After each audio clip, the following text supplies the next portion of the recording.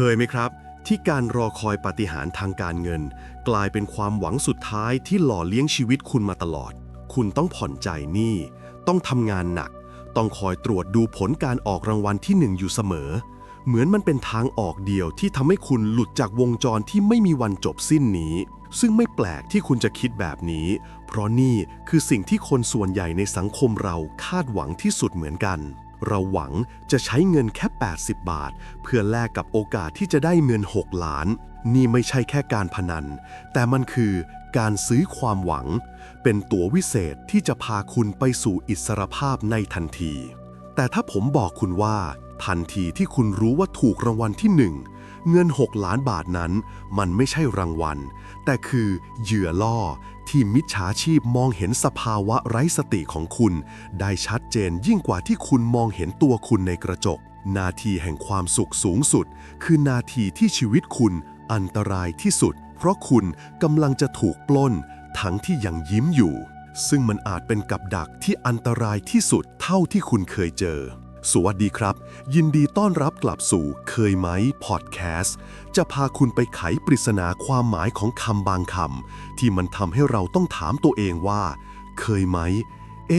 เราก็เคยคิดแบบนี้เหมือนกันนะคนส่วนใหญ่มักเข้าใจผิดว่าความท้าทายที่แท้จริงของการถูกหวยคือการบริหารเงิน6 ล้านบาทพวกเขาจะมุ่งความสนใจไปที่การซื้อบ้านใหม่การลาออกจากงานหรือการวางแผนใช้ชีวิตที่สุขสบายแต่พอดแคสต์ตอนนี้เราจะเปิดเผยถึงกลไกทางจิตวิทยาที่ซ่อนอยู่ที่มิจฉาชีพมองเห็นและใช้ประโยชน์ที่จะเริ่มต้นการหลอกลวงคุณเงิน6 ล้านบาทมันคือจำนวนเงินที่ทำให้คนทั่วไปที่ไม่เคยมีเงินในบัญชีมากมายขนาดนี้เกิดอาการที่เรียกว่าช็อกทางอารมณ์ emotional shock เมื่อได้รับเงินมาอย่างรวดเร็วคุณลองคิดดูนะครับเมื่อคุณเจอตัวเลขที่ถูกรางวัลที่1สมองจะหลั่งสารที่เรียกว่าโดพามีนออกมาอย่างท่วมท้นทันทีมันคือความรู้สึกที่ทำให้คุณแทบจะคิดอะไรไม่ออกเลย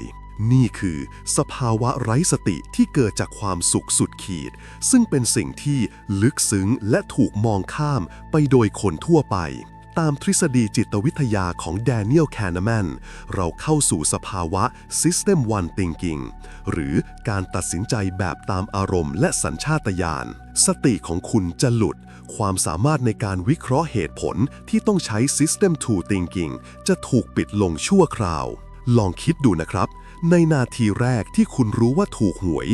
คุณคือเหยื่อทางอารมณ์ที่มีความสุขอย่างที่สุดมีความประมาทสูงและพร้อมจะทำอะไรก็ได้ตามสัญชาตญาณเพื่อรักษาหรือแบ่งปันความสุขนี้ออกไปให้คนทั้งโลกได้รับรู้ทั้งการโทรบอกแม่โทรบอกแฟนหรือการถ่ายรูปลอตเตอรี่และความอ่อนแอในนาทีแรกนี่แหละครับมันคือช่องโหว่ทางความคิดที่มิจฉาชีพมองเห็นและเป็นช่วงเวลาเดียวที่พวกเขาต้องการในการเริ่มต้นการหลอกลวงคุณเพราะคนที่ไม่มีสติคนที่เต็มด้วยอารมณ์คือเป้าหมายที่ง่ายที่สุดสำหรับการหลอกลวงเสมอนี่คือรากฐานของปัญหาทั้งหมดมันคือช่วงเวลาที่ความโลภและความประมาทเริ่มทำงานพอดแคสต์ตอนนี้เราจะเผยให้เห็นถึง3ความผิดพลาดที่เป็นสัญญาณแม่นยำที่สุดว่ามิจฉาชีพกำลังเล็งเป้ามาที่บัญชีของคุณแล้ว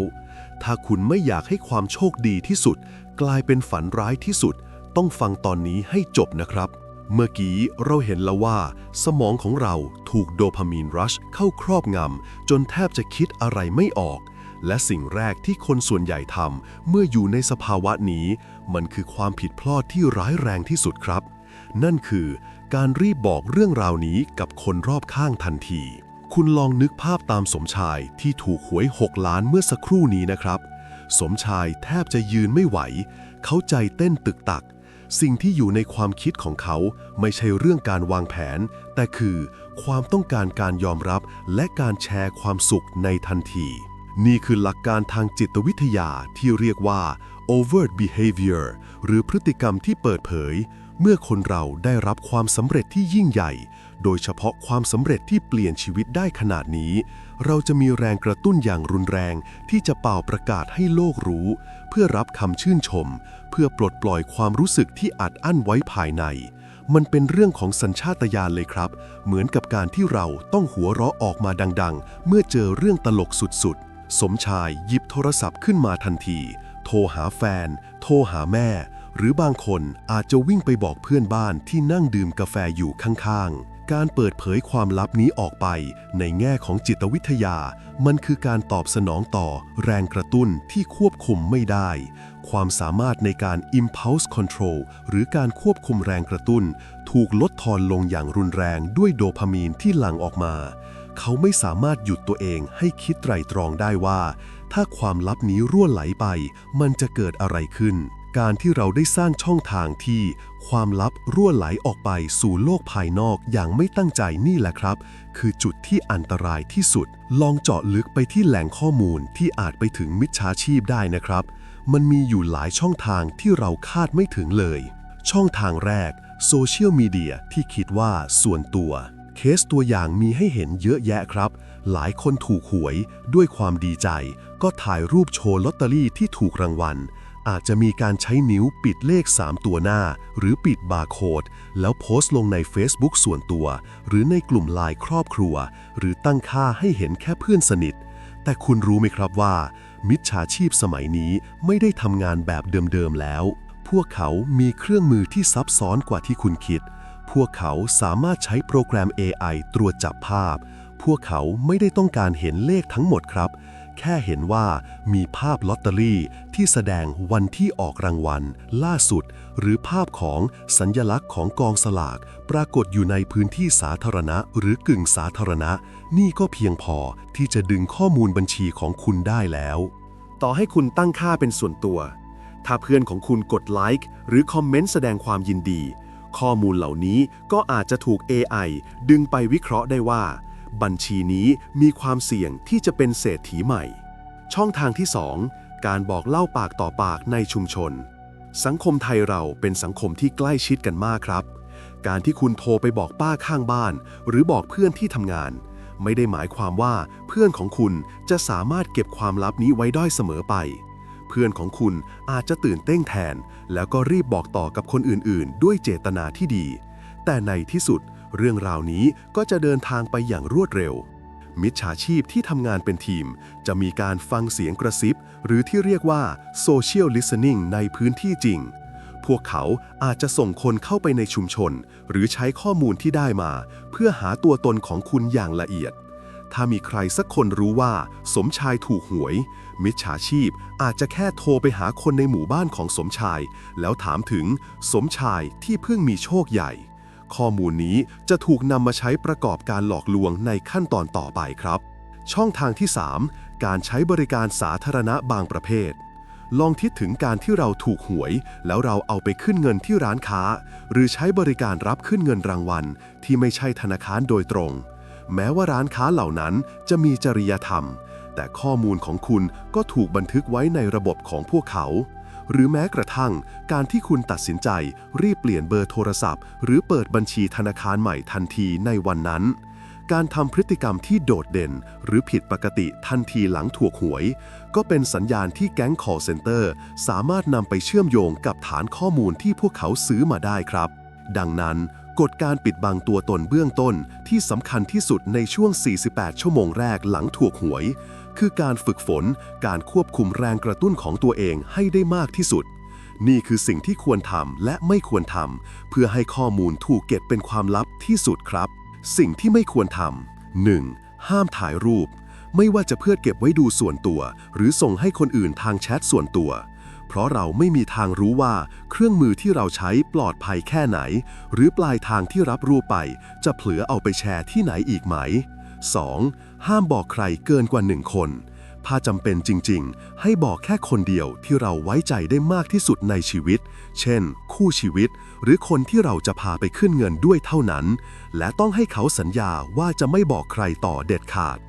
3. ห้ามแสดงออกในที่สาธารณะไม่ว่าจะเป็นการเช็คอินที่ธนาคารการซื้อของใหญ่โตในวันนั้นทันทีหรือการโพสต์ข้อความปริศนาที่สื่อถึงความโชคดีสิ่งที่ควรทำ 1. เซ็นชื่อทันทีหยิบปากกามาเซ็นชื่อด้านหลังลอตเตอรี่ทันทีเพื่อเป็นการยืนยันสิทธิ์เป็นเจ้าของก่อนสิ่งอื่นใด นี่คือการกระทำที่เป็นทางการที่ต้องทำก่อนการกระทำที่เป็นอารมณ์ 2. เก็บซ่อน หาลอตเตอรี่ที่ถูกรางวัลไปเก็บไว้ในที่ที่ปลอดภัยที่สุดที่คุณจะไม่มีทางเผลอหยิบมันออกมาง่ายๆอาจจะเป็นตู้เซฟหรือซองจดหมายที่ถูกปิดผนึกอย่างดี 3. หายใจเข้าออกลึกๆใช้หลักการทางธรรมะเข้ามาช่วยครับฝึกสัมมาสติ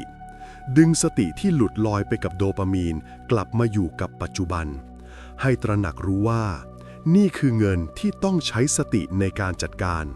ไม่ใช่เงินที่ใช้ตามอารมณ์การควบคุมแรงกระตุ้นในช่วง 48 ชั่วโมงแรกนี้มันคือการต่อสู้กับจิตใต้สำนึกของคุณเองครับมันคือการฝึกความอดทนฝึกสติเพื่อป้องกันไม่ให้ข้อมูลสำคัญที่สุดในชีวิตของคุณรั่วไหลออกไปสู่ตลาดมืดเพราะถ้าความลับนี้ถูกซื้อขายออกไปแล้วคุณจะกลายเป็นเป้าหมายที่ถูกล็อกแล้วทันทีแต่คำถามที่หลายคนสงสัยและน่าขนลุกที่สุดคือแก๊งคอลเซ็นเตอร์พวกนั้นเขารู้ได้ยังไงว่าต้องโทรหาคุณในช่วงเวลาที่คุณเพิ่งถูกหวยมาสดๆร้อนๆนี่ไม่ใช่เรื่องบังเอิญนะครับและมันก็ไม่ใช่แค่การโทรสุ่มแบบหวานแหอีกต่อไปแล้วมันคือการทำงานอย่างเป็นระบบที่ผสมผสานระหว่างการซื้อขายข้อมูลในตลาดมืดและการวิเคราะห์พฤติกรรมเป้าหมายด้วยเทคโนโลยีที่ซับซ้อนเรามาเจาะลึกเข้าไปในโลกของตลาดมืดข้อมูลส่วนตัวกันหน่อยครับทุกวันนี้ข้อมูลส่วนตัวของเราถูกซื้อขายเป็นแพ็กเกจราคาถูกบนดาร์กเว็บมาระยะหนึ่งแล้วครับข้อมูลเหล่านี้มาจากการรั่วไหลของฐานข้อมูลจากหลายช่องทางไม่ว่าจะเป็นเว็บไซต์ที่เราเคยลงทะเบียนไว้หรือแอปพลิเคชันที่เราเคยอนุญาตให้เข้าถึงข้อมูลต่างๆแต่สิ่งที่แก๊งคอลเซ็นเตอร์ต้องการสำหรับเคสเศรษฐีใหม่โดยเฉพาะไม่ใช่แค่ชื่อเบอร์โทรหรือเลขบัตรประชาชนเท่านั้นพวกเขาต้องการข้อมูลที่มีความอ่อนไหวและทันสมัยเทคนิคที่ 1 การซื้อฐานข้อมูลที่มีความสัมพันธ์มิจฉาชีพอาจไม่ได้ซื้อข้อมูลที่ระบุว่าสมชายถูกหวยงวดนี้โดยตรงครับแต่พวกเขาซื้อฐานข้อมูลที่แสดงความสัมพันธ์ของพฤติกรรมเช่น 1. ฐานข้อมูลการเงินคนที่มีประวัติการกู้ยืมหรือมีหนี้สินค้างชำระซึ่งเป็นคนที่มีแรงจูงใจสูงในการซื้อลอตเตอรี่ 2. ฐานข้อมูลกิจกรรมออนไลน์ข้อมูลการค้นหาของสมชายที่ค้นหาคำว่าตรวจหวยย้อนหลังหรือวิธีการขึ้นเงินลอตเตอรี่ในช่วงเวลาสั้นๆหลังการออกรางวัล 3. ข้อมูลจากบุคคลภายในน่าเศร้าครับที่บางครั้งข้อมูลอาจรั่วไหลจากคนวง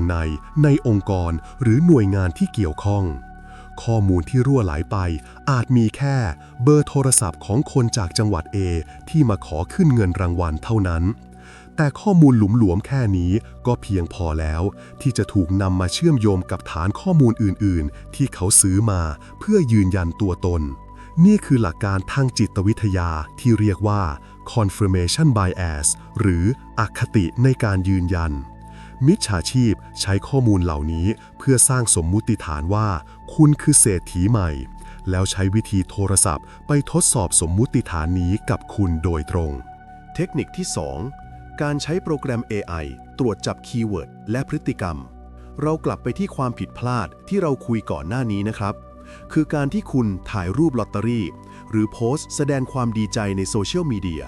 ถึงแม้จะตั้งค่าความเป็นส่วนตัวแล้วก็ตามมิจฉาชีพในยุคนี้ใช้โปรแกรม AI หรือบอทที่สามารถสแกนข้อมูลสาธารณะหรือกึ่งสาธารณะหากมีคนในกลุ่มพวกเขาอยู่เพื่อตรวจจับคีย์เวิร์ดและอารมณ์ที่เกี่ยวข้องกับความโชคดีทางการเงินเช่นคีย์เวิร์ด6 ล้านรางวัลที่1ลาออกถูกหวยหรือแม้แต่การตรวจจับภาพที่มีสัญลักษณ์ของลอตเตอรี่เมื่อ AI ตรวจพบกิจกรรมที่น่าสงสัยมันจะทำการวิเคราะห์พฤติกรรมเป้าหมายต่อไปอย่างละเอียด 1. ตรวจสอบการแสดงออกสมมุติว่าสมชายโพสต์รูปคู่กับลอตเตอรี่มิจฉาชีพจะสังเกตการในโซเชียลของสมชายต่อไปสมชายมีการเช็คอินสถานที่ใหม่ๆไหมเช่นโชว์รูมรถหรือธนาคารในเขตเมืองสมชายมีการแสดงออกถึงการใช้จ่ายที่เพิ่มขึ้นอย่างกระทันหันหรือเปล่าเช่นซื้อโทรศัพท์ใหม่ หรือซื้อทอง 2. สร้างความเร่งด่วน การที่สมชายแสดงออกถึงความตื่นเต้นหรือความประมาทเป็นการยืนยันข้อมูลให้มิจฉาชีพได้แม่นยำขึ้นไปอีกและพวกเขาจะลงมือทันทีในช่วงเวลาที่สมชายยังอยู่ในสภาวะไร้สติที่เพิ่งถูกหวยมานี่คือวิธีที่พวกเขาใช้ข้อมูลหลวมๆที่ซื้อมาบวกกับการสังเกตการพฤติกรรมที่คุณแสดงออกไปอย่างประมาทมาสร้างความน่าเชื่อถือให้คุณหลงเชื่อว่าสายที่โทรมาคือเจ้าหน้าที่รัฐจริงเพราะเขารู้ว่าคุณถูกหวยเขารู้ชื่อเต็มของคุณและเขารู้ว่าคุณกำลังคิดอะไรอยู่ความลับที่ถูกซื้อขาย Call Center รู้ได้ยังไงว่าคุณคือเศรษฐีใหม่คำตอบก็คือพวกเขามองเห็นร่องรอยดิจิทัลและร่องรอยทางอารมณ์ที่เราทิ้งไว้หลังได้รับรางวัลใหญ่เรากำลังให้ข้อมูลดิบที่มีค่าที่สุดกับพวกเขาด้วยความตื่นเต้นของเราเองเมื่อมิจฉาชีพได้ข้อมูลที่ต้องการแล้วพวกเขาก็จะเปลี่ยนจากการสังเกตการณ์เป็นการลงมือทันที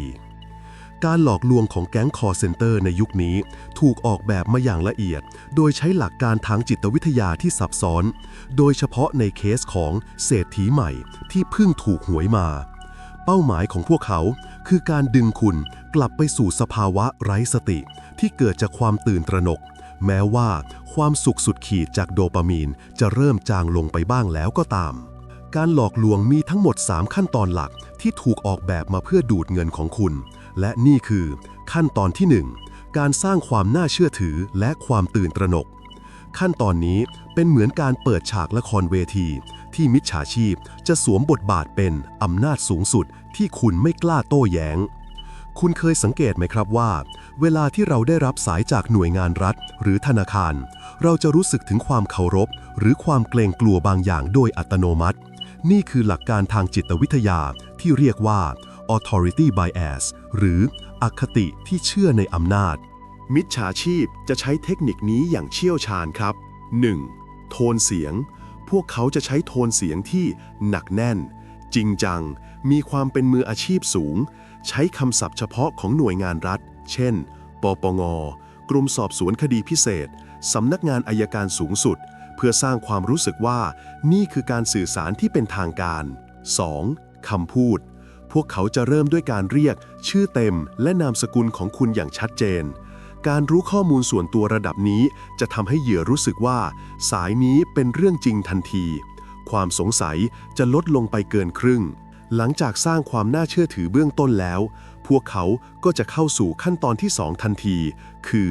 การสร้างความตื่นตระหนก Fear Appeal มิจฉาชีพจะอ้างว่าเงินรางวัล6 ล้านบาทของคุณที่กำลังจะได้รับหรือเงินในบัญชีปัจจุบันของคุณมีส่วนเกี่ยวข้องกับอาชญากรรมทางการเงินร้ายแรงข้ออ้างยอดนิยมเช่นคุณสมชายมีส่วนเกี่ยวข้องกับขบวนการฟอกเงินข้ามชาติหรือบัญชีของคุณถูกอายัดเพราะถูกใช้เป็นบัญชีม้าในการรับเงินผิดกฎหมายหรือคุณมีปัญหาทางภาษีย้อนหลังเกี่ยวกับการรับเงินจำนวนมากผิดปกติความตื่นตระหนกที่เกิดขึ้นนี้มันคือการดึงคุณออกจาก System 2 Thinking เหตุผลกลับไปสู่ System 1 Thinking อารมณ์หรือสัญชาตญาณอีกครั้งแต่ครั้งนี้ไม่ใช่ความสุขสุดขีดแต่เป็นความกลัวสุดขีดเมื่อคนเราตกอยู่ในความกลัวสติจะถูกบั่นทอนอย่างรุนแรงและสมองจะสั่งให้เราหาทางออกที่ง่ายและรวดเร็วที่สุดที่คนในสายเสนอให้ทันทีและเพื่อตอกย้ำความน่าเชื่อถือพวกเขาจะใช้เทคนิคทางเทคนิคที่เรียกว่าการปลอมแปลงเบอร์โทรศัพท์ spoofing คุณอาจจะเคยเห็นเคสที่เบอร์โทรศัพท์ที่โทรเข้ามาขึ้นโชว์หน้าจอเป็นเบอร์ของกรมสรรพากรหรือสถานีตำรวจท้องที่ที่น่าเชื่อถือได้เลยใช่ไหมครับในทางเทคนิคการ spoofing คือวิธีการที่มิจฉาชีพใช้โปรแกรมหรือบริการพิเศษเพื่อทำให้เบอร์โทรศัพท์ที่แสดงบนหน้าจอของผู้รับไม่ใช่เบอร์จริงที่พวกเขาใช้โทรแต่เป็นเบอร์ที่พวกเขาเลือกเองและแน่นอนว่าพวกเขาจะเลือกเบอร์ของหน่วยงานรัฐที่ใหญ่และน่าเชื่อถือที่สุดเหตุผลที่คนส่วนใหญ่หลงเชื่อทันทีก็เพราะฉันตรวจสอบเบอร์แล้วมันเป็นเบอร์ทางการจริงๆนี่นานี่คือกับดักทางความคิดครับเพราะการเห็นสัญลักษณ์ของอำนาจทั้งเบอร์โทรศัพท์และโทนเสียงผนวกกับความตื่นตระหนกที่ถูกสร้างขึ้นมาอย่างจงใจ ทำให้เหยื่อเข้าสู่สภาวะ cognitive overload คิดมากกลัวมากจนไม่สามารถแยกแยะได้ว่าอะไรคือความจริงคำแนะนำเดียวที่จะทำให้คุณรอดพ้นจากขั้นตอนแรกนี้ได้ก็คือการตั้งสติและปฏิเสธคำแนะนำที่มาพร้อมกับความเร่งด่วนทั้งหมด 1. วิธีการตั้งสติเบื้องต้น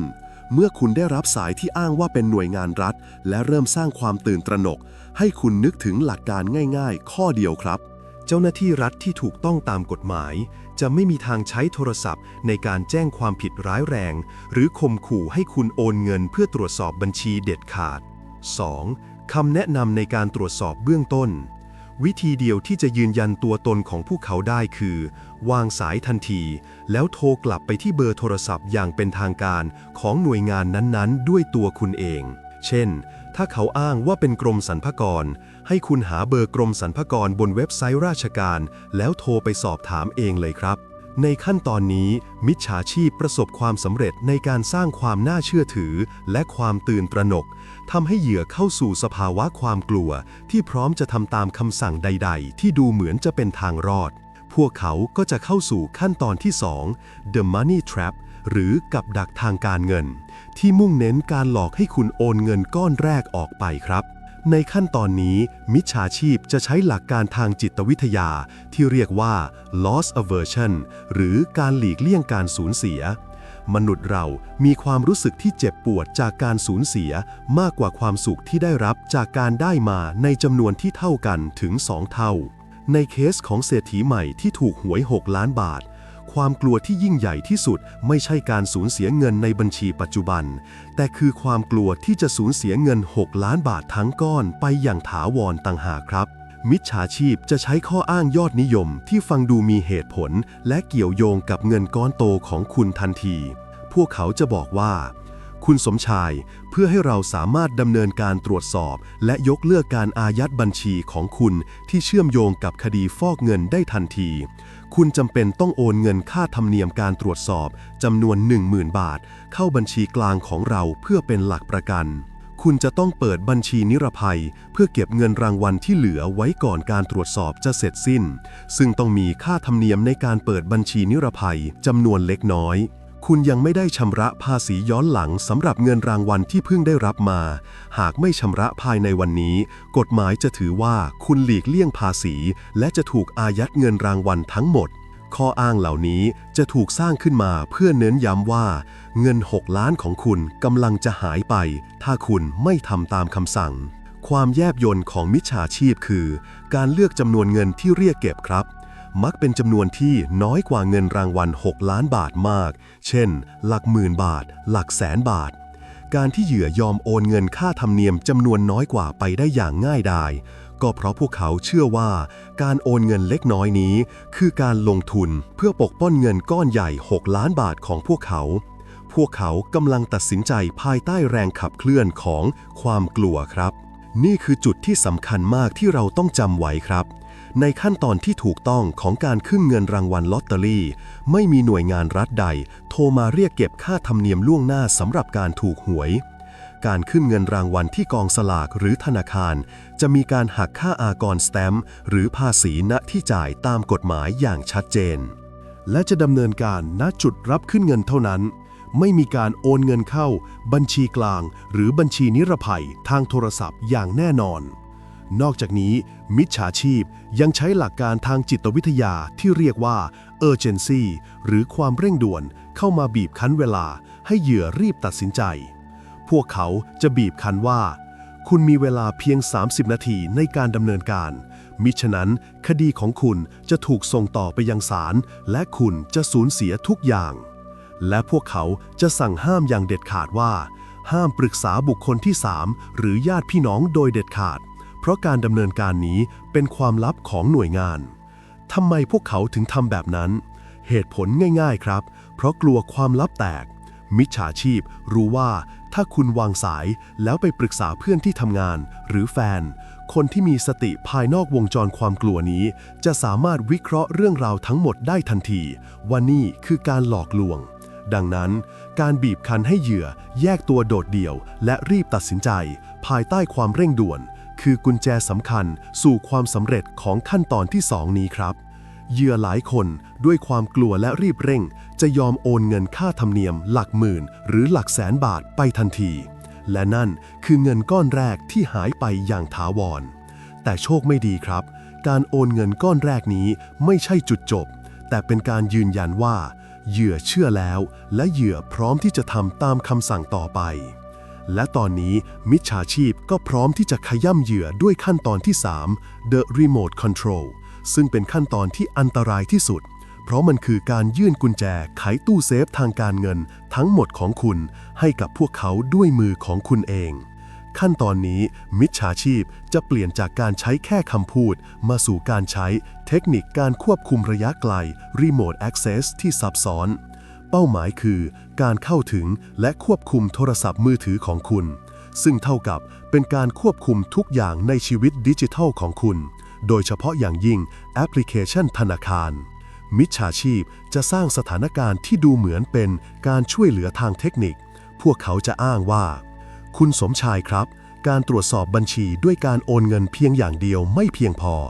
เราจำเป็นต้องให้เจ้าหน้าที่ฝ่ายเทคนิคของเราเชื่อมต่อเข้าสู่ระบบโทรศัพท์ของคุณชั่วคราวเพื่อทำการสแกนไวรัสและยืนยันตัวตนว่าคุณไม่มีส่วนเกี่ยวข้องกับการฟอกเงินจริงๆหรือเพื่อให้บัญชีนิรภัยของคุณถูกเปิดอย่างสมบูรณ์คุณต้องดาวน์โหลดแอปพลิเคชันเฉพาะกิจของหน่วยงานเราเพื่อใช้ในการยืนยันรหัสประจำตัวทางอิเล็กทรอนิกส์จากนั้นพวกเขาจะหลอกให้เหยื่อติดตั้งแอปพลิเคชันประเภท Remote Access App แอปพลิเคชันที่อนุญาตให้คนอื่นควบคุมโทรศัพท์ของคุณจากระยะไกลหรือหลอกให้เข้าเว็บไซต์ปลอมเพื่อป้อนข้อมูลสำคัญคุณลองนึกภาพตามนะครับขณะที่มิจฉาชีพกำลังพูดข่มขู่สั่งให้คุณทำตามขั้นตอนที่ยุ่งยากสมองของคุณจะตกอยู่ในสภาวะที่เรียกว่า cognitive dissonance คือสภาวะที่เกิดความขัดแย้งทางความคิดคุณอาจจะเริ่มสงสัยว่านี่มันแปลกๆแล้วนะแต่เนื่องจากคุณได้โอนเงินก้อนแรกไปแล้วคุณจึงต้องพยายามหาเหตุผลมาสนับสนุนการตัดสินใจที่ผิดพลาดครั้งก่อนหน้าคุณจะบอกกับตัวเองว่าฉันต้องทำต่อไปไม่อย่างนั้นเงินที่โอนไปก็จะสูญเปล่าและเงิน6 ล้านจะถูกอายัดความกลัวนี้จะทำให้คุณยอมทำตามคำสั่งแปลกๆได้อย่างง่ายดายเมื่อติดตั้งแอปพลิเคชันควบคุมระยะไกลแล้วมิจฉาชีพจะสามารถทำทุกอย่างบนโทรศัพท์ของคุณได้เหมือนกับว่าพวกเขาหยิบโทรศัพท์ของคุณไปถือไว้ในมือของตัวเองเลยครับในขณะที่ควบคุมโทรศัพท์ของคุณอยู่มิจฉาชีพจะเริ่มเข้าสู่แอปพลิเคชันธนาคารของคุณและพยายามเข้าสู่ระบบเพื่อทำการโอนเงินซึ่งแน่นอนว่าทุกธุรกรรมทางการเงินที่สำคัญจะต้องใช้รหัส OTP One Time Password แต่เนื่องจากโทรศัพท์อยู่ในมือของมิจฉาชีพแล้วรหัส OTP ที่ธนาคารส่งมาทาง SMS ก็จะปรากฏบนหน้าจอของมิจฉาชีพด้วยอย่างไรก็ตามเพื่อป้องกันข้อผิดพลาดและทำให้การปล้นดูเป็นธรรมชาติที่สุดพวกเขายังคงใช้จิตวิทยาในการหลอกล่อให้เหยื่อเปิดเผยรหัสผ่านหรือรหัส OTP ด้วยปากเปล่าอีกครั้งพวกเขาจะพูดว่าคุณสมชายครับรหัส OTP ที่ขึ้นบนหน้าจอคุณตอนนี้มันคือรหัสยืนยันการยกเลิกการดำเนินคดีกรุณาอ่านรหัสให้ผมฟังอย่างชัดเจนเพื่อยืนยันว่าคุณบริสุทธิ์และเราจะปล่อยเงินรางวัลของคุณทันทีเหยื่อด้วยความโล่งใจที่ได้ยินคำว่ายกเลิกการดำเนินคดีและความเร่งรีบที่จะได้รับเงินคืนจึงยอมบอกรหัส OTP ไปทันทีโดยไม่ได้อ่านข้อความ SMS ที่แท้จริงซึ่งระบุว่ารหัสนี้คือรหัสยืนยันการโอนเงินจำนวน 4,100,000 บาทเมื่อมิจฉาชีพได้รหัส OTP ไปแล้วไม่ว่าจะเป็นการมองเห็นจากระยะไกลหรือการที่เหยื่อบอกเองพวกเขาก็จะสามารถทำการโอนเงินออกจากบัญชีของเหยื่อได้ในทันทีในเคสที่แย่ที่สุดพวกเขาจะโอนเงินที่เหลือทั้งหมดหรือในเคสที่ยังคงมีสติเหลืออยู่บ้างก็อาจจะสูญเสียเงินไปเกือบ2 ล้านบาทตามตัวอย่างที่เรากำหนดไว้ นี่คือบทเรียนราคาแพงที่สุดครับคุณสามารถป้องกันตัวเองได้ทั้งหมดตั้งแต่ขั้นตอนแรกถ้าคุณยึดมั่นในหลักการเดียวคือห้ามติดตั้งแอปพลิเคชันจากแหล่งที่ไม่น่าเชื่อถือและห้ามให้สิทธิ์การควบคุมโทรศัพท์กับใครก็ตามที่อ้างว่าเป็นหน่วยงานรัฐโดยเด็ดขาดโทรศัพท์มือถือของคุณคือประตูสู่การเงินของคุณเมื่อคุณมอบการควบคุมให้พวกเขาแล้วคุณก็มอบเงินทั้งหมดให้พวกเขาแล้วเช่นกันหลังจากที่แก๊ง call center ประสบความสำเร็จในการควบคุมโทรศัพท์ของสมชายพวกเขาก็โอนเงินออกไปทันทีในเคสสมชายเขาถูกหลอกโอนเงินไปหลายครั้งทั้งค่าธรรมเนียมก้อนแรกและเงินก้อนใหญ่ในบัญชีที่ตั้งใจจะใช้เป็นเงินตั้งตัวรวมความเสียหายอยู่ที่ 1,900,000 บาททันทีที่ธุรกรรมสุดท้ายเสร็จสิ้นสายของมิจฉาชีพก็จะตัดไปทันทีไม่มีการบอกลาไม่มีการข่มขู่ต่อมีเพียงความเงียบที่น่ากลัวเข้าแทนที่วินาทีที่สมชายพยายามโทรกลับไปที่เบอร์เดิม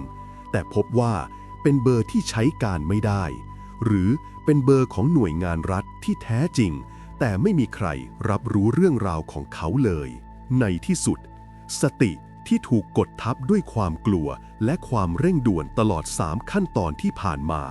ก็จะกลับคืนมาอย่างรวดเร็วความรู้สึกที่ถาโถมเข้ามาในวินาทีนั้นมันรุนแรงกว่าความดีใจตอนถูกหวยหลายเท่าตัวนะครับมันคือความรู้สึกโกรธตัวเองสิ้นหวังสับสนและการตระหนักรู้ที่เจ็บปวดว่าเงินที่หายไป 1.9 ล้านบาทนั้นมันหายไปเพราะความประมาทของตัวเองล้วนๆความรู้สึกเหมือนถูกฟ้าผ่ากลางวันแสกๆในช่วงแรกสมชายอาจจะพยายามหาเหตุผลฉันทำตามที่เจ้าหน้าที่บอกทุกอย่างนะทำไมถึงเกิดเรื่องแบบนี้ขึ้นได้แต่เมื่อเริ่มประมวลผลด้วย System 2 Thinking ที่กลับมาทำงานอีกครั้งเขาจะมองเห็นความผิดปกติทั้งหมดที่เกิดขึ้นอย่างชัดเจนทั้งการสั่งห้ามปรึกษาใครการใช้คำข่มขู่ที่เกินจริงและการเร่งรัดให้ติดตั้งแอปพลิเคชันแปลกปลอมเงินที่ถูกหลอกไป 1.9 ล้านบาทเป็นเงินที่มากพอจะเปลี่ยนชีวิตคนได้คนหนึ่งเลยนะครับแต่ในแง่มุมของธรรมะและการพัฒนาตัวเองเงินก้อนนี้อาจมีมูลค่าเท่ากับประสบการณ์ในการเรียนรู้ที่ยิ่งใหญ่ที่สุดในชีวิตของสมชายก็ได้นี่คือช่วงเวลาที่สำคัญที่สุดที่สมชายต้องกลับคืนสู่สภาวะปกติและตั้งสติอย่างเร่งด่วนเพราะถึงแม้ว่าเงิน 1.9 ล้านบาทจะหายไปแล้วแต่เงินก้อนที่เหลือ 4.1 ล้านบาทก็ยังไม่ปลอดภัยเลยแม้แต่น้อยมิจฉาชีพอาจจะกลับมาใหม่ในรูปแบบอื่นหรือคนรู้จักที่รู้เรื่องการถูกหวยอาจจะเข้ามาหาด้วยความหวังในทางธรรมะพระพุทธเจ้าสอนเรื่องมรรคมีองค์ 8และองค์ประกอบที่สำคัญที่สุดในการกอบกู้สถานการณ์นี้ก็คือสัมมาสติหรือความระลึกชอบสติไม่ใช่แค่รู้ว่าตัวเองกำลังทำอะไรอยู่เท่านั้นนะครับแต่คือการรู้ทันอารมณ์ที่กำลังเกิดขึ้นในปัจจุบันขณะสัมมาสติจะบอกสมชายว่าอย่าจมอยู่กับความรู้สึกผิดและความโกรธเพราะมันจะทำให้คุณตัดสินใจผิดพลาดซ้ำสองได้อีกและสัมมาสติจะสั่งให้สมชายรีบทำในสิ่งที่จำเป็นที่สุดตอนนี้คือการแจ้งความและอายัดบัญชีเพื่อป้องกันความเสียหายที่มากขึ้นนอกเหนือจากความเสียหายทางการเงินแล้วสิ่งที่ผู้ถูกหลอกต้องเผชิญคือผลกระทบทางจิตใจที่รุนแรงครับความรู้สึกอับอายที่ถูกหลอกความเครียดที่ต้องมาแบกรับความผิดพลาดนี้คนเดียวและความไม่ไว้วางใจผู้อื่นที่จะเกิดขึ้นกับคนรอบข้างสมชายอาจจะถูกคนอื่นมองว่าโง่โลภหรือประมาททั้งที่ความจริงแล้วเขาเป็นแค่เหยื่อที่ถูกกระตุ้นทางอารมณ์อย่างแยบยลนี่คือโอกาสที่สมชายจะเข้าสู่กระบวนการที่เรียกว่า post traumatic growth หรือการเติบโตหลังบาดแผลการที่เราเผชิญหน้ากับความสูญเสียครั้งใหญ่มันจะบังคับให้เราต้องทบทวนคุณค่าในชีวิตต้องตั้งคำถามกับตัวเองว่าฉันจะอนุญาตให้เหตุการณ์นี้กำหนดตัวตนของฉันไปตลอดชีวิตหรือไม่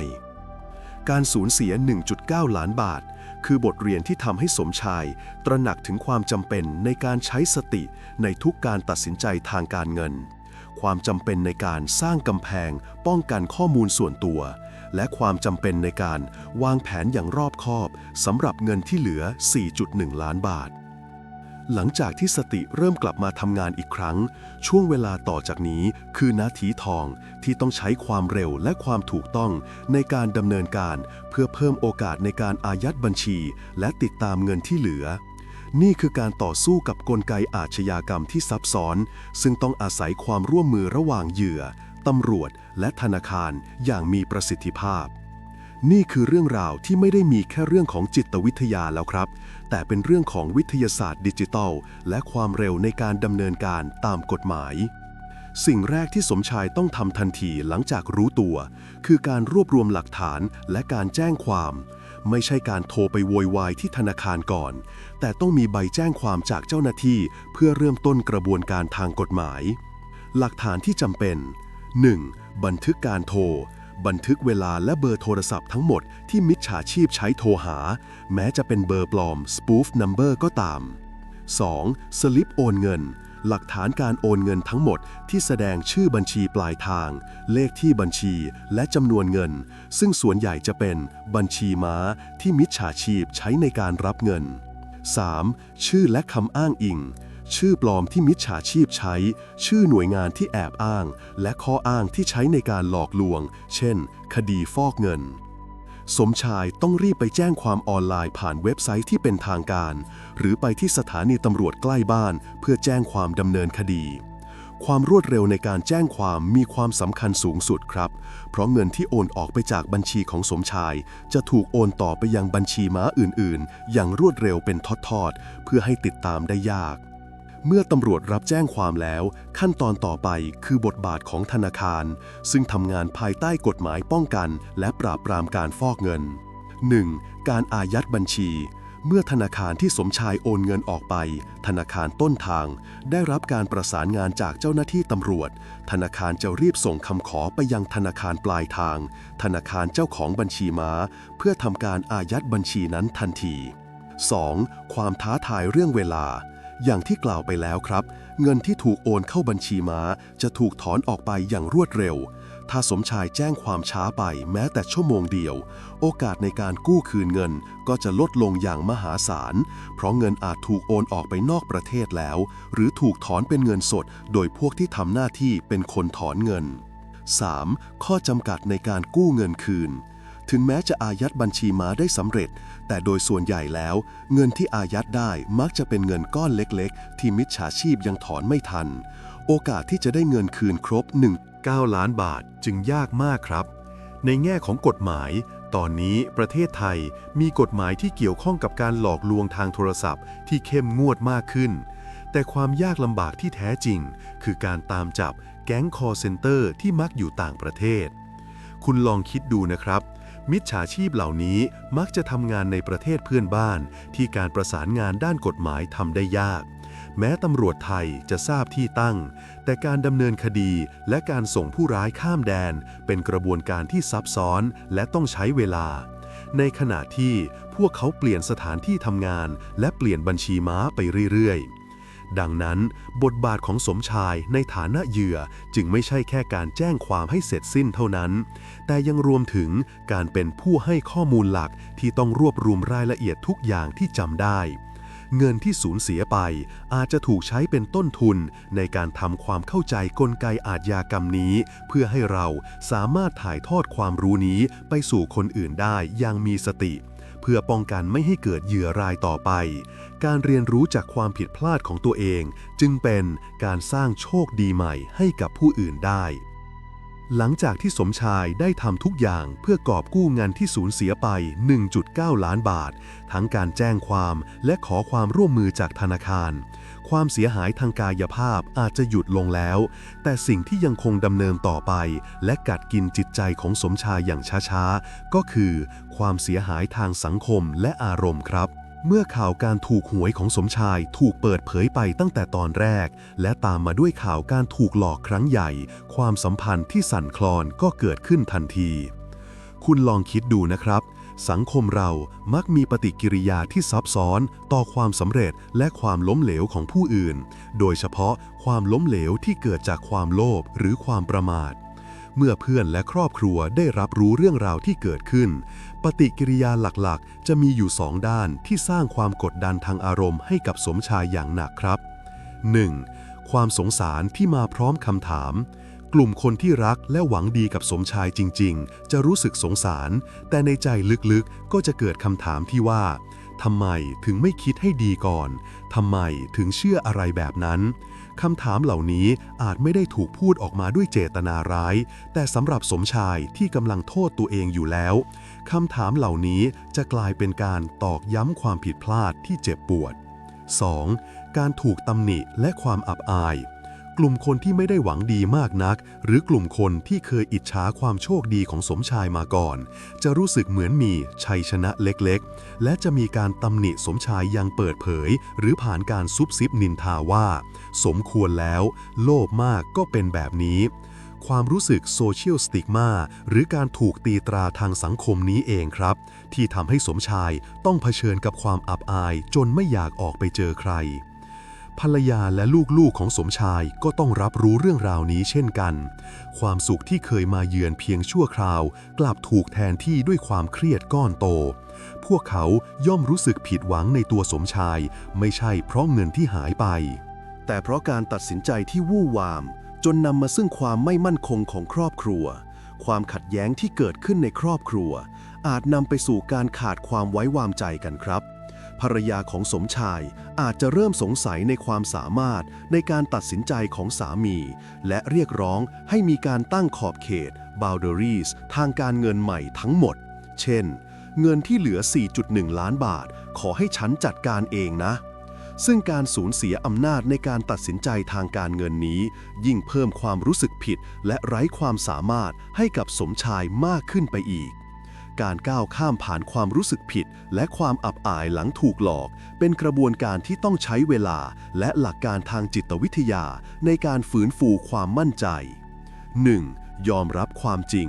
สิ่งแรกที่ต้องทำคือการยอมรับว่าฉันไม่ใช่คนโง่ฉันแค่เป็นเหยื่อที่ถูกเครื่องมือทางจิตวิทยาที่ซับซ้อนหลอกล่อการให้ความเข้าใจต่อตัวเองภายใต้หลักการทางจิตวิทยาที่เราได้เรียนรู้มาทั้งหมดจะช่วยลดความรู้สึกโทษตัวเองลงได้ครับ 2. การหาที่ปรึกษาการปรึกษานักจิตวิทยาหรือนักบำบัดที่สามารถช่วยให้สมชายจัดการกับความรู้สึกผิดความเครียดหลังเหตุการณ์สะเทือนใจและฟื้นฟูความมั่นใจในตัวเองกลับคืนมาเป็นขั้นตอนที่สำคัญมากไม่แพ้การแจ้งความเลยครับ 3. สร้างความโปร่งใสในครอบครัวสมชายต้องนั่งลงคุยกับครอบครัวด้วยความอ่อนน้อมและโปร่งใสขอโทษสำหรับความผิดพลาดและที่สำคัญคือนำเสนอแผนการที่เป็นรูปธรรมว่าเขาจะจัดการกับเงิน 4.1 ล้านบาทที่เหลืออย่างไรการสร้าง Zero Trust ทางการเงินในระยะแรกโดยให้คนอื่นเข้ามาช่วยดูแลอาจเป็นวิธีการที่จำเป็นในการฟื้นฟูความไว้วางใจบทเรียนในตอนนี้สอนให้เรารู้ว่าการถูกหวยแล้วถูกหลอกไม่ได้ส่งผลกระทบแค่กับเงินในกระเป๋าเราเท่านั้นนะครับแต่ส่งผลกระทบถึงคุณค่าในตัวเองและความสัมพันธ์ที่เรามีกับคนรอบข้างทั้งหมดเงินสามารถหาใหม่ได้แต่ความไว้วางใจที่เสียไปกู้คืนยากกว่าการตามล่ามิจฉาชีพในต่างประเทศเยอะเลยครับ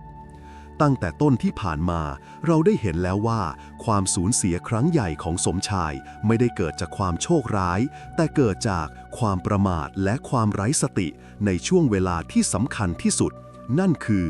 48 ชั่วโมงแรกหลังรู้ว่าถูกรางวัลที่ 1ในช่วง 48 ชั่วโมงนี้คุณกำลังอยู่ในสภาวะที่อ่อนแอที่สุดทางจิตใจและนี่คือช่วงเวลาที่มิจฉาชีพกำลังตามล่าคุณอย่างหนักดังนั้นเราจึงต้องมี 4 กฎเหล็กที่เราต้องยึดถืออย่างเคร่งครัดเพื่อปกป้องตัวตนของคุณให้เป็นความลับสูงสุดกฎเหล็กที่ 1 ห้ามเปิดเผยวิธีปกป้องตัวตน 48 ชั่วโมงแรกกฎข้อนี้เป็นเรื่องของการบริหารความเสี่ยงและความตระหนักรู้ในสถานการณ์ครับเราต้องปฏิเสธสัญชาตญาณของการเป่าประกาศความสุขออกไปทั้งหมด 1. การเซ็นชื่อและหลักฐานยืนยันสิทธิ์ก่อนอารมณ์ทันทีที่คุณเห็นตัวเลขที่ถูกรางวัลสิ่งที่คุณต้องทำก่อนการดีใจใดๆคือการทำให้ลอตเตอรี่ใบนั้นเป็นของคุณโดยสมบูรณ์ตามกฎหมายเซ็นชื่อด้านหลังลอตเตอรี่ทันทีหยิบปากกามาเซ็นชื่อและเขียนเบอร์โทรศัพท์หรือข้อมูลติดต่ออื่นๆด้านหลังสลากกินแบ่งรัฐบาลทันทีนี่คือมาตรการพื้นฐานที่สุดในการยืนยันสิทธิ์เป็นเจ้าของถ้าเกิดลอตเตอรี่หายไปหรือมีคนหยิบไปอย่างน้อยคุณก็มีลายเซ็นที่อ้างอิงได้อีกสิ่งที่จำเป็นมากคือการเก็บรักษาหลักฐานการซื้อถ้าคุณซื้อแบบสลากดิจิทัลให้บันทึกหน้าจอหลักฐานการซื้อไว้ในที่ที่ปลอดภัยที่สุดที่ไม่ใช่โทรศัพท์ที่ใช้ประจำถ้าคุณซื้อสลากจริงให้เก็บสลิปการซื้อถ้ามีเพื่อใช้เป็นหลักฐานในการยืนยันสิทธิ์เป็นเจ้าของในกรณีที่มีข้อพิพาทการทำสิ่งเหล่านี้อย่างรวดเร็วคือการบังคับตัวเองให้ใช้ System True Thinking เหตุผลเข้ามาควบคุม System One Thinking อารมณ์ในช่วงวิกฤตครับ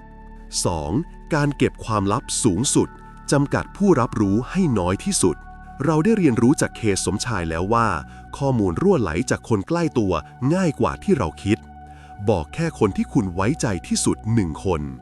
ถ้าจำเป็นจริงๆที่ต้องมีคนปรึกษาหรือพาไปขึ้นเงินให้บอกแค่คนเดียวเท่านั้นคือคู่ชีวิตที่คุณไว้วางใจในการเงินและการตัดสินใจร่วมกันจริงๆและต้องให้เขาหรือเธอรับปากว่าจะเก็บเรื่องนี้ไว้เป็นความลับระหว่างคุณ2 คนเท่านั้นนอกจากนี้ยังห้ามระบุจำนวนเงินแม้จะบอกคนใกล้ตัวแล้วก็ไม่ควรระบุจำนวนเงินที่ถูกรางวัลอย่างชัดเจนบอกแค่ว่าถูกรางวัลใหญ่ก็พอเพื่อป้องกันไม่ให้คนอื่นเข้ามาขอความช่วยเหลือหรือเข้ามากดดันเรื่องการเงินและห้ามระบุธนาคารที่จะขึ้นเงินการบอกล่วงหน้าว่าคุณจะไปขึ้นเงินที่ธนาคารไหนสาขาอะไรเป็นการสร้างความเสี่ยงให้มิจฉาชีพสามารถดักฟังหรือติดตามคุณได้ง่ายขึ้น 3. อันตรายของการถ่ายรูปร่องรอยดิจิทัลที่มองไม่เห็นนี่คือสิ่งที่ต้องเน้นย้ำซ้ำๆครับห้ามถ่ายรูปลอตเตอรี่ที่ถูกรางวัลโดยเด็ดขาดคุณอาจคิดว่าแค่ส่งให้แม่ดูหรือแค่เก็บไว้ในแกลเลอรี่แต่คุณไม่รู้หรอกครับว่าระบบรักษาความปลอดภัยของโทรศัพท์มือถือคุณมีการป้องกันที่ดีพอหรือเปล่าและ Metadata และ Cloud Storage ภาพถ่ายทุกภาพมีข้อมูล Metadata เช่นวันที่เวลาสถานที่ที่สามารถถูกดึงไปใช้ได้และถ้าคุณเปิดใช้งาน Cloud Storage หรือ Google Photos ภาพนี้จะถูกอัปโหลดขึ้นเซิร์ฟเวอร์โดยอัตโนมัติถ้าบัญชีคุณถูกแฮ็กภาพนี้ก็คือหลักฐานชั้นดีที่ยืนยันว่าคุณคือเศรษฐีใหม่หรือการส่งผ่านแอปพลิเคชันแม้แต่การส่งรูปผ่านแอปพลิเคชันแชทที่เข้ารหัสรูปภาพก็ยังคงอยู่ในเครื่องของผู้รับและผู้รับก็มีโอกาสที่จะแชร์ต่อโดยไม่ได้ตั้งใจได้เสมอกฎเหล็กข้อนี้คือการสร้างความเงียบสงบรอบตัวคุณใน 48 ชั่วโมงแรกความเงียบสงบทางกายภาพและทางดิจิทัลมันคือกรอบป้องกันตัวคุณจากมิจฉาชีพที่กำลังทำงานอย่างหนักเพื่อหาว่าใครคือเหยื่อรายต่อไปเมื่อคุณทำตามกฎเหล็กข้อที่1นี้ได้อย่างเคร่งครัดคุณก็จะผ่านช่วงเวลาอันตรายที่สุดไปได้หลังจากที่คุณใช้กฎเหล็กข้อที่1ในการปกป้องตัวตนและความลับในช่วง 48 ชั่วโมงแรกได้อย่างสมบูรณ์ตอนนี้ก็ถึงเวลาที่จะต้องเปลี่ยนความฝันให้เป็นเงินจริงแล้วครับนั่นคือก้าวเข้าสู่กฎเหล็กข้อที่2การจัดการเงินที่ธนาคารการขึ้นเงินและการรักษาความปลอดภัยนี่คือขั้นตอนสำคัญที่คุณต้องเปลี่ยนจากการเป็นเหยื่อทางอารมณ์มาเป็นผู้บริหารจัดการความเสี่ยงทางการเงินอย่างมืออาชีพครับกฎเหล็กที่2การจัดการเงินที่ธนาคารการขึ้นเงินและการรักษาความปลอดภัย 1. ขั้นตอนการขึ้นเงินที่ถูกต้องไปเงียบๆไปคนเดียวแม้ว่าคุณจะเก็บเป็นความลับที่สุดแล้วแต่การไปขึ้นเงินที่กองสลากหรือธนาคารก็ยังคงเป็นช่วงเวลาที่มีความเสี่ยงอยู่ดีครับการแต่งกายและการเดินทางแนะนำให้คุณแต่งกายอย่างเรียบง่ายที่สุดหลีกเลี่ยงการใส่เครื่องประดับราคาแพงอย่าแสดงออกถึงความตื่นเต้นหรือความร่ำรวย เดินทางไปขึ้นเงินอย่างเงียบๆอาจจะไปคนเดียว หรือถ้าต้องมีเพื่อนร่วมเดินทางให้พาไปเฉพาะคนที่คุณไว้ใจได้สูงสุดจริงๆครับการเลือกสาขาธนาคารที่เหมาะสมการเลือกขึ้นเงินกับธนาคารที่อยู่ในเขตที่คุณไม่ค่อยใช้ชีวิตประจำวันหรือเป็นสาขาใหญ่ในเขตธุรกิจที่คนพลุกพล่านอาจจะช่วยลดโอกาสที่คนรู้จักจะมาพบเห็นคุณได้แต่หลักการสำคัญที่สุดคือการขึ้นเงินที่กองสลากโดยตรงแม้จะถูกหักค่าอากรสแตมป์ 0.5% หรือขึ้นเงินที่ธนาคารของรัฐเพราะเป็นสถานที่ที่มีความน่าเชื่อถือและมีขั้นตอนที่ชัดเจนที่สุดจำไว้ว่าการที่คุณปรากฏตัวที่ธนาคารพร้อมลอตเตอรี่6 ล้านบาทคุณกำลังดึงดูดความสนใจจากทุกคนที่อยู่ในรัศมีนั้นโดยที่คุณไม่รู้ตัวต้องทำทุกอย่างให้ดูเหมือนเป็นธุรกรรมทางการเงินปกติที่สุด 2. การเปิดบัญชีใหม่เพื่อความปลอดภัย Zero Trust Accountเมื่อคุณได้รับเงินรางวัล6 ล้านบาทหลังหักภาษีเรียบร้อยแล้วความผิดพลาดที่ใหญ่หลวงที่สุดคือการโอนเงินก้อนนี้เข้าบัญชีที่คุณใช้ประจำวันเราได้เห็นแล้วว่ามิจฉาชีพพุ่งเป้ามาที่แอปพลิเคชันธนาคารและโทรศัพท์มือถือที่ผูกกับบัญชีหลักของเราดังนั้นหลักการ Zero Trust Account จึงมีความสำคัญมากครับเปิดบัญชีใหม่เฉพาะกิจให้คุณเปิดบัญชีธนาคารใหม่เอี่ยมที่ไม่ผูกกับบัตรเดบิตไม่ผูกกับแอปพลิเคชันธนาคารบนมือถือที่คุณใช้ประจำบัญชีนี้ควรใช้สำหรับเก็บเงินรางวัลเท่านั้นเพื่อป้องกันการถูกเจาะระบบการไม่ผูกบัญชีนี้กับช่องทางดิจิทัลที่ใช้ง่ายเกินไปจะช่วยป้องกันการถูกเจาะระบบถูกควบคุมระยะไกลหรือถูกหลอกให้โอนเงินผ่าน OTP ในกรณีที่คุณทำโทรศัพท์หายได้อย่างเด็ดขาดถ้าต้องการถอนเงินก้อนใหญ่คุณจะต้องไปทำธุรกรรมที่ธนาคารด้วยตัวเองเท่านั้นนี่คือการแลกเปลี่ยนความสะดวกสบายเพื่อให้ได้มาซึ่งความปลอดภัยทางการเงินสูงสุดและเป็นการกระจายความเสี่ยงหากเป็นไปได้ควรแบ่งเงินก้อนนี้ออกเป็นหลายส่วนและเก็บไว้ในธนาคารอย่างน้อย 2-3 แห่งเพื่อกระจายความเสี่ยงในกรณีที่เกิดปัญหาขึ้นกับธนาคารใดธนาคารหนึ่ง 3. การไม่แจ้งความหากไม่จำเป็นความเสี่ยงของการเป็นข่าวในเคสของสมชายที่ถูกหลอกไปแล้วการแจ้งความเป็นเรื่องจำเป็นเพื่อดำเนินการทางกฎหมายแต่สำหรับเศรษฐีใหม่ที่กำลังจะไปขึ้นเงิน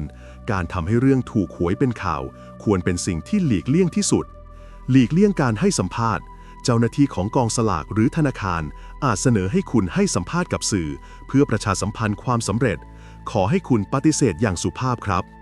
การเป็นข่าวการเปิดเผยใบหน้าคือการเปิดช่องทางให้มิจฉาชีพคนที่เคยรู้จักกันมานานหรือแม้แต่ญาติห่างๆที่คุณไม่เคยเจอหน้าสามารถเข้าถึงและรบกวนชีวิตของคุณได้ง่ายขึ้นอีกหลายเท่าตัวนอกจากนี้ให้เก็บหลักฐานไว้กับตัวเองถ่ายสำเนาใบขึ้นเงินไว้ให้เรียบร้อยแต่เก็บต้นฉบับและข้อมูลส่วนตัวไว้ในที่ที่ปลอดภัยการดำเนินการทุกอย่างควรทำอย่างเงียบที่สุดการถูกหวยคือโชคดีที่มาพร้อมกับความท้าทายกฎเหล็กข้อที่ 2 นี้สอนให้คุณรู้ว่าการจัดการเงินก้อนใหญ่ต้องทำด้วยความระมัดระวังไม่ต่างจากการเก็บเพชรล้ำค่าไว้ในตู้เซฟที่แข็งแรงที่สุดแต่ถึงแม้คุณจะทำทุกอย่างอย่างระมัดระวังที่สุดโอกาสที่คุณจะได้รับโทรศัพท์จากแก๊งมิจฉาชีพก็ยังคงมีอยู่สูงมากเพราะพวกเขาอาจได้ข้อมูลเบอร์โทรศัพท์ของคุณมาจากฐานข้อมูลรั่วไหลอื่นๆดังนั้นกฎเหล็กข้อที่ 3 จึงเป็นเหมือนการฝึกการป้องกันทางปัญญา Cognitive Defense ให้กับตัวคุณเองเพื่อรับมือกับสายโทรศัพท์ที่แอบอ้างเป็นหน่วยงานรัฐที่น่ากลัวกฎเหล็กข้อ 3 เจ้าหน้าที่รัฐไม่โทรแนวทางการรับมือสายมิจฉาชีพหลักการสำคัญที่สุดที่คุณต้องฝังลงไปในจิตใต้สำนึกเลยก็คือหน่วยงานรัฐไม่ว่าจะเป็นกรมสรรพากรปปงหรือตำรวจจะไม่มีทางโทรหาคุณเพื่อแจ้งความผิดร้ายแรงหรือข่มขู่ให้คุณโอนเงินผ่านโทรศัพท์โดยเด็ดขาดครับการติดต่อที่เป็นทางการจะต้องมาในรูปแบบของหนังสือราชการเท่านั้น 1. การตั้งสติและปฏิเสธวางสายทันทีคือการป้องกันที่ดีที่สุดเมื่อคุณได้รับสายที่เข้าข่าย call center พวกเขาจะใช้ authority bias และ fear appeal ในการบีบคั้นคุณการตั้งสติและรู้ทันทีที่ปลายสายเริ่มใช้โทนเสียงที่แข็งกร้าวข่มขู่จะอายัดเงินหรือเร่งรัดให้คุณดำเนินการภายในเวลาจำกัดให้คุณรับรู้ทันทีว่านี่คือสัญญาณเตือนสีแดง สติของคุณต้องกลับมาทำงานทันที คุณต้องไม่ตกเป็นทาสของความกลัวอีกต่อไป ให้วางสายทันที วิธีการรับมือที่ดีและปลอดภัยที่สุด คือวางสายครับ ไม่จำเป็นต้องตอบคำถาม ไม่จำเป็นต้องโต้เถียง การวางสายคือการตัดการเชื่อมต่อทางอารมณ์ระหว่างคุณกับมิจฉาชีพอย่างสิ้นเชิง และการไม่ตอบคำถาม หากมิจฉาชีพพยายามใช้ข้อมูลส่วนตัวของคุณ ชื่อนามสกุลที่อยู่ เพื่อสร้างความน่าเชื่อถือ ห้ามคุณตอบรับหรือยืนยันข้อมูลใดๆเป็นอันขาด การนิ่งเฉยหรือการพูดว่าฉันจะไปตรวจสอบที่สำนักงานด้วยตัวเองแล้ววางสายไปเป็นการปฏิเสธที่ทรงพลังที่สุด 2. การตรวจสอบหน่วยงานรัฐที่ถูกต้องเชื่อในระบบราชการไม่ใช่เสียงในโทรศัพท์มิจฉาชีพมักใช้เทคนิคปลอมเบอร์ทำให้คุณหลงเชื่อว่าเบอร์ที่โทรมาคือเบอร์จริงดังนั้นคุณต้องเชื่อในพิธีการของราชการไม่ใช่เชื่อในสิ่งที่ตาเห็นหรือหูได้ยินในโทรศัพท์ต้องตรวจสอบด้วยตนเองหากคุณยังไม่สบายใจหรือรู้สึกว่ามีอะไรที่อาจจะเป็นเรื่องจริงวิธีเดียวที่ถูกต้องคืออย่าโทรกลับเบอร์เดิมแต่ให้คุณค้นหาเบอร์โทรศัพท์ที่เป็นทางการของหน่วยงานที่ถูกกล่าวอ้างเช่นกรมสรรพากรตำรวจจากเว็บไซต์ราชการอย่างเป็นทางการด้วยตนเองแล้วโทรกลับไปสอบถามและต้องมีการยืนยันตัวตนเจ้าหน้าที่หากคุณต้องติดต่อกับเจ้าหน้าที่รัฐจริงๆให้ถามหาชื่อนามสกุลตำแหน่งและเบอร์โทรศัพท์สำนักงานที่สามารถติดต่อกลับได้โดยตรงเจ้าหน้าที่รัฐที่แท้จริงจะยินดีให้ข้อมูลเหล่านี้แต่มิจฉาชีพจะบ่ายเบี่ยงและเร่งรัดให้คุณดำเนินการทันที 3. การป้องกันทางเทคนิคตั้งกำแพงดิจิทัลเพื่อลดโอกาสที่มิจฉาชีพจะเข้ามาวุ่นวายกับชีวิตของคุณได้ตั้งแต่แรกให้บล็อกเบอร์แปลกใช้ฟังก์ชันการตั้งค่าในโทรศัพท์เพื่อบล็อกเบอร์ที่ไม่รู้จักหรือเบอร์ที่ซ่อนอยู่แม้จะไม่สามารถบล็อกได้ 100%แต่ก็ช่วยลดปริมาณสายรบกวนได้มากครับและใช้รหัสผ่านที่รัดกุมเปลี่ยนรหัสผ่านเข้าแอปพลิเคชันธนาคารและบัญชีโซเชียลมีเดียทั้งหมดให้มีความรัดกุมใช้รหัสผ่านแบบ 2 ปัจจัย Two Factor Authentication เสมอนอกจากนี้ห้ามติดตั้งแอปพลิเคชันจากแหล่งที่ไม่น่าเชื่อถือเน้นย้ำอีกครั้งห้ามคลิกลิงก์และห้ามติดตั้งแอปพลิเคชันใดๆที่ถูกสั่งให้ติดตั้งผ่านการโทรศัพท์โดยเด็ดขาดเพราะนี่คือประตูสู่ The Remote Control ที่เราคุยกันไปก่อนหน้านี้แล้วกฎเหล็กข้อที่ 3 นี้คือการเปลี่ยนคุณจากเหยื่อที่เชื่อทุกอย่างที่ได้ยินให้เป็นคนที่มีสติและมีอำนาจในการควบคุมสถานการณ์ครับความรู้คือเกราะป้องกันที่แข็งแกร่งที่สุดในโลกดิจิทัลเราเดินทางมาถึงกฎเหล็กข้อสุดท้ายที่สำคัญที่สุดในการเปลี่ยนชีวิตคุณอย่างยั่งยืนแล้วนะครับหลังจากที่คุณผ่านพ้นช่วงอันตรายจัดการความลับปกป้องเงินในธนาคารและรับมือกับมิจฉาชีพได้แล้วสิ่งที่เหลืออยู่คือการนำเงินก้อน6 ล้านบาทนี้ไปสู่ความมั่นคงอย่างแท้จริงไม่ใช่แค่ความตื่นเต้นชั่วคราวหลายเคสที่เราเห็นเศรษฐีใหม่ล้มละลายภายในไม่กี่ปีไม่ได้เกิดจากการถูกหลอกอย่างเดียวเท่านั้นแต่เกิดจากการขาดการจัดสรรและวางแผนที่ดีครับเงิน6 ล้านบาทดูเหมือนเยอะแต่มันสามารถหมดไปอย่างรวดเร็วถ้าไม่มีการจัดการที่เป็นระบบกฎเหล็กข้อ 4 จัดสรรและวางแผนการเปลี่ยนเงินก้อนเป็นความมั่นคงในทางธรรมะเราใช้หลักอิทธิบาท 4 มาประยุกต์ใช้กับการจัดการชีวิตใหม่หลังได้รับโชคใหญ่ได้ครับโดยเฉพาะเรื่องของฉันทะความพอใจใฝ่รักและวิริยะความเพียรในการสร้างวินัยทางการเงิน 1. ลำดับความสำคัญในการชำระหนี้ตัดความเสี่ยงสูงสุดก่อนจะคิดถึงการซื้อความสุขใดๆลำดับแรกที่คุณต้องให้ความสำคัญคือการกำจัดหนี้สินครับชำระหนี้ดอกเบี้ยสูงก่อน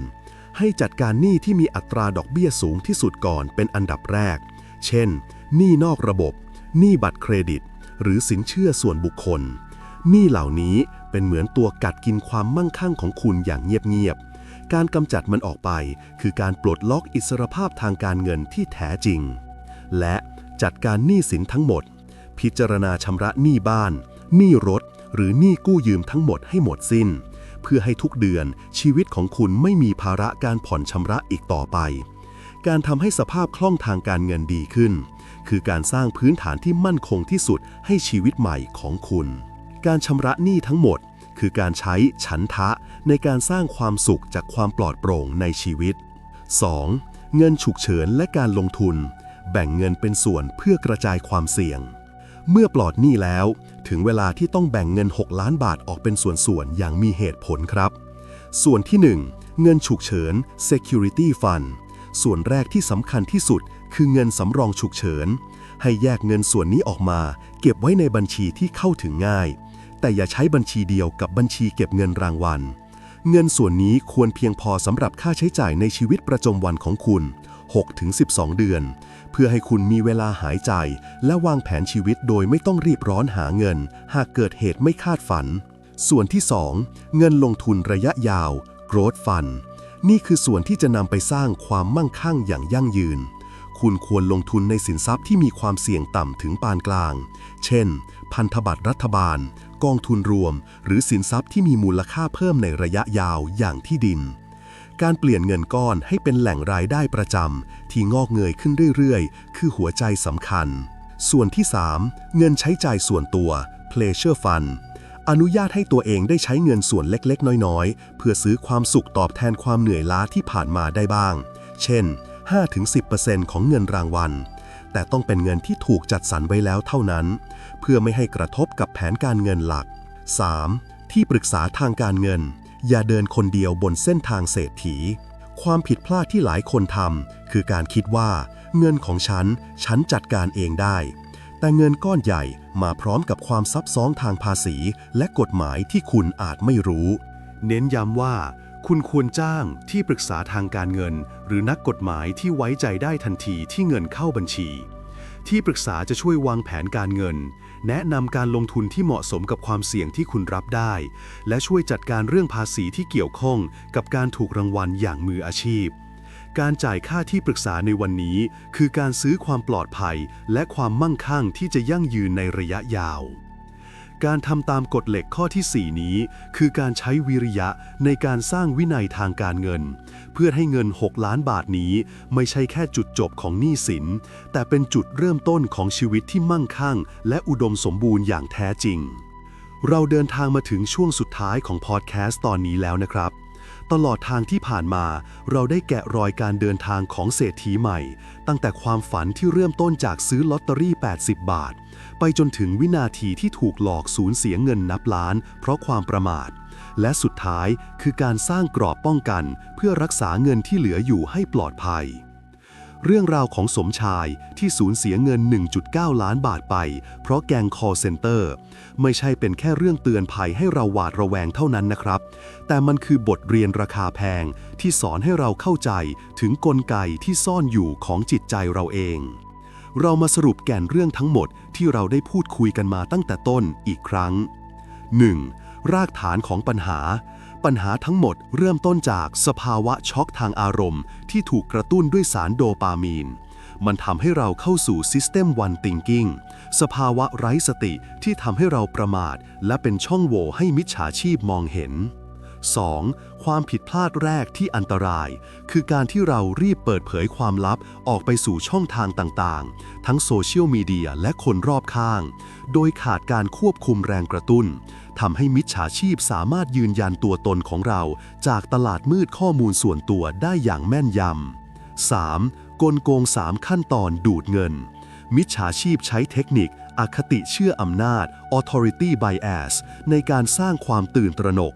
ใช้การหลีกเลี่ยงการสูญเสีย loss aversion ในการหลอกโอนค่าธรรมเนียมและใช้การติดตั้งแอปพลิเคชันควบคุมระยะไกล remote access app เพื่อควบคุมมือถือและปล้นเงินที่เหลือไปอย่างสิ้นเชิง 4. กฎเหล็กเอาตัวรอดเราได้สร้างกรอบป้องกันที่มั่นคง 1. ห้ามเปิดเผยตัวตนใน 48 ชั่วโมงแรก 2. จัดการเงินด้วยการเปิด Zero Trust Account เพื่อแยกเงินรางวัลออกจากบัญชีที่ใช้งานประจำ 3. จำไว้เสมอว่าเจ้าหน้าที่รัฐไม่โทรและวางสายทันทีเมื่อถูกข่มขู่ และ 4. จัดสรรและวางแผนการเงินอย่างรอบคอบและปรึกษาผู้เชี่ยวชาญทันที คุณเห็นด้วยกับผมไหมครับว่าโชคดีที่ยิ่งใหญ่ที่สุดที่เราได้รับจากการถูกรางวัลที่ 1ไม่ใช่เงิน6 ล้านบาทแต่คือโอกาสในการเรียนรู้และการฝึกใช้สติอย่างเข้มข้นที่สุดในชีวิตต่างหากครับเงิน6 ล้านบาทเป็นเพียงเครื่องมือแต่สติและความรู้คืออาวุธสำคัญที่จะปกป้องเครื่องมือนั้นไว้ให้คงอยู่ตลอดไปแก่นแท้ของปัญหาที่เราได้เห็นจากเคสของสมชายก็คือ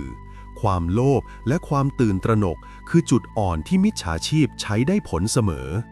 ความโลภทำให้เราอยากได้เงินคืนเร็วๆจนยอมโอนค่าธรรมเนียมความตื่นตระหนกทำให้เรายอมติดตั้งแอปพลิเคชันแปลกๆเพราะกลัวถูกดำเนินคดีการที่เราเข้าใจกลไกทางจิตวิทยาและวิทยาศาสตร์เบื้องหลังการหลอกลวงเหล่านี้คือการติดอาวุธให้กับตัวเราเอง